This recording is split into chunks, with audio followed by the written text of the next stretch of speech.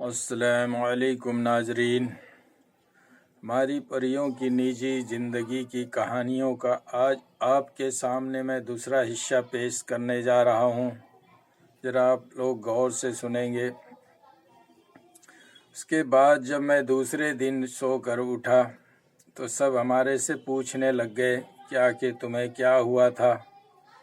تو میں کسی سے کچھ نہیں بتایا، بس یہ بتایا کہ ہو سکتا ہے کوئی شیطانی چکر ہو، کوئی بھوت پریت کا سایہ پڑ گیا ہو، اور سب نے اس چیز کو مان لیا۔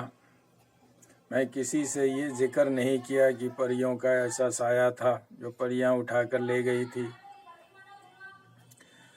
اس کے بعد پھر زندگی اپنی معمور پہ آ گیا، سب کچھ ٹھیک ٹھاک چل رہا تھا۔ اسی بیچ پھر وہاں سے ہمارے گاؤں خوشحال پور کے ہی کٹیہار ضلع، ہمارا گاؤں کٹیہار ضلع کے خوشحال پور میں ہمارا پھر وہاں سے رہنا ہوا۔ وہاں پہ کچھ دن پڑھائی کرنے کے بعد میرا من کچھ ادھر ادھر بھٹکنے لگا، کیونکہ وہ پھر بار بار ہمارے اس میں بستر میں آ جاتی تھی اور ہمیں پریشان کرتی تھی۔ مجھے کچھ سمجھ میں نہیں آتا تھا میں کیا کروں، کس سے کیا بتاؤں۔ اپنی ماں کو بھی بتانے میں ہچکچا رہا تھا، کیونکہ میری ماں ان معاملوں میں بہت ڈرتی تھی۔ میں سوچتا تھا کہیں گھبرا کر کچھ ہو نہ جائے۔ اس طرح کشمکش میں زندگی کٹ رہی تھی ہماری۔ پھر وہ بیچ میں آئی اور مجھے ایک دن بہت بری طرح سے تنگ کرنے لگی کہ تمہیں مجھ سے شادی کرنی پڑے گی اور میں تمہیں اپنے گھر لے کے جاؤں گی۔ میں بار بار ان سے انکار کرتا رہا، وہ اصرار کرتی رہی اور میں انکار کرتا رہا۔ اسی بیچ ایک دن کا واقعہ ہے، سردی کا موسم تھا۔ میں لنگی اور سویٹر پہن کر اپنے بستر پہ لیٹا ہوا تھا۔ طبیعت کچھ ناساز تھی۔ میری امی بھی دوسری چارپائی پہ لیٹی ہوئی تھی۔ ایک پھر وہ آئی اور میرے کو تنگ کرنے لگی، کہنے لگی کہ تم میرے ساتھ چلو، ابھی میں تمہیں اپنے گھر لے کے جاؤں گی۔ میں بار بار ان کو انکار کرتا رہا، وہ اصرار کرتی رہی۔ پھر تنگ آ کر اس نے مجھے پکڑ لیا اور پکڑ کر اپنے پیٹھ پہ لاد کر وہ وہاں سے اڑ گئی۔ اڑنے کے بعد وہ بار بار کبھی کہیں رات میں گھماتی رہی وہ کہ میرے گھر چلنا پڑے گا۔ میں بار بار منع کرتا رہا کہ میں نہیں جاؤں گا۔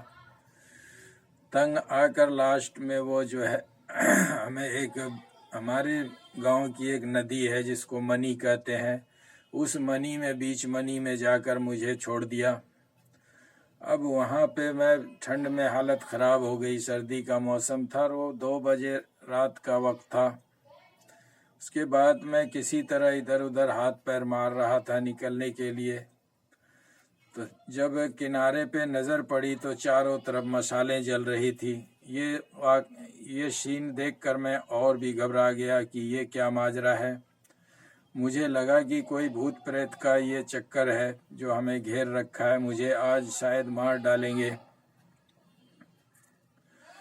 پھر میں ہمت کر کے دوسری طرف جانے لگا، تو جب دوسری طرف جاؤں تو وہ سارے مصال والے اس طرف آ جائیں۔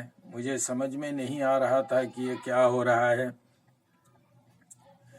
تبھی جو ایک آدمی اس میں بھیڑ میں سے چھلانگ مارا اور میری طرف آنے لگا۔ میں بچنے کی بہت کوشش کی مگر آخر میں اس نے مجھے پکڑ لیا۔ جب وہ مجھے پکڑا تو دیکھا تو میرا دماغ ٹھنکا، رہے یہ کوئی اور نہیں، یہ تو ہمارا کالو چاچا ہے۔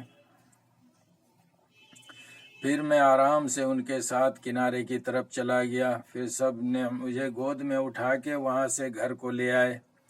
وہاں سب سے پہلے ہمارے کپڑے چینج کرنے کے بعد لٹا دیا۔ پھر سب سوچا کوئی بھوت پریت کا چکر ہے، سب تیل کو پڑوا کر مالش ولش کرنے لگ گئے۔ امی رونے پیٹنے شروع کر دیے کہ پتہ نہیں کیا بات ہو گیا میرے بیٹے کو۔ کیونکہ اس سے پہلے ایک بار اس نے اپنے گھر سکٹ میں یہ واقعہ دیکھ چکی تھی۔ اس کے بعد جو ہے بہت مشکل سے مجھے نیند آئی اور میں سو گیا۔ صبح جب اٹھا تو میری ماں پھر پریشان کرنے لگ گئی کہ کیا بات ہو گیا، تو کچھ بتاتا نہیں ہے۔ حملے میں کیا بتاؤں امی جان، مجھے کچھ سمجھ میں نہیں آتا۔ میں بتانا نہیں چاہتا تھا میری امی پریشان ہو جائے گی۔ تو میں نے بولا کہ بس اب کچھ نہیں، میں اپنے ہاسٹل جانا چاہتا ہوں۔ میں اس سمے منیہاری اسکول میں بھی PSP ہائی اسکول میں پڑھائی کرتا تھا۔ پھر میں وہیں چلا گیا اور ہاسٹل میں رہنے لگ گیا۔ اب میں یہاں پہ اجازت چاہوں گا، اس پریوں کی کہانی کا تیسرا حصہ جو ہماری نجی کہانی ہے، اس کو اگلے حصے میں آپ کو پھر سناؤں گا انشاءاللہ، آپ ضرور سنیں گے۔ اور میں آپ لوگوں سے ایک التجا کرنا چاہتا ہوں، اگر کسی بھائی نے ہمارے چینل کو سبسکرائب نہیں کیا ہے تو سبسکرائب کر دینا، اور ہر ویڈیو کو ہماری لائک اور شیئر ضرور کرنا، زیادہ سے زیادہ لوگوں تک پہنچانا۔ اور کسی بھائی کو کسی طرح کی پریشانی ہو، بھوت پریت جن جنات کا سایہ ہو، گھر میں گرہ کلیش رہتا ہو، ماں بہن باپ بیٹے جو بھی کسی طرح کی پریشانی ہو، اس کے لیے ہمارے نمبر 9910 73 22 82 پہ سمپرک کریں۔ انشاءاللہ آپ کی پریشانیوں کا نپٹارہ کیا جائے گا۔ آمین۔ اجازت چاہتا ہوں۔ السلام علیکم۔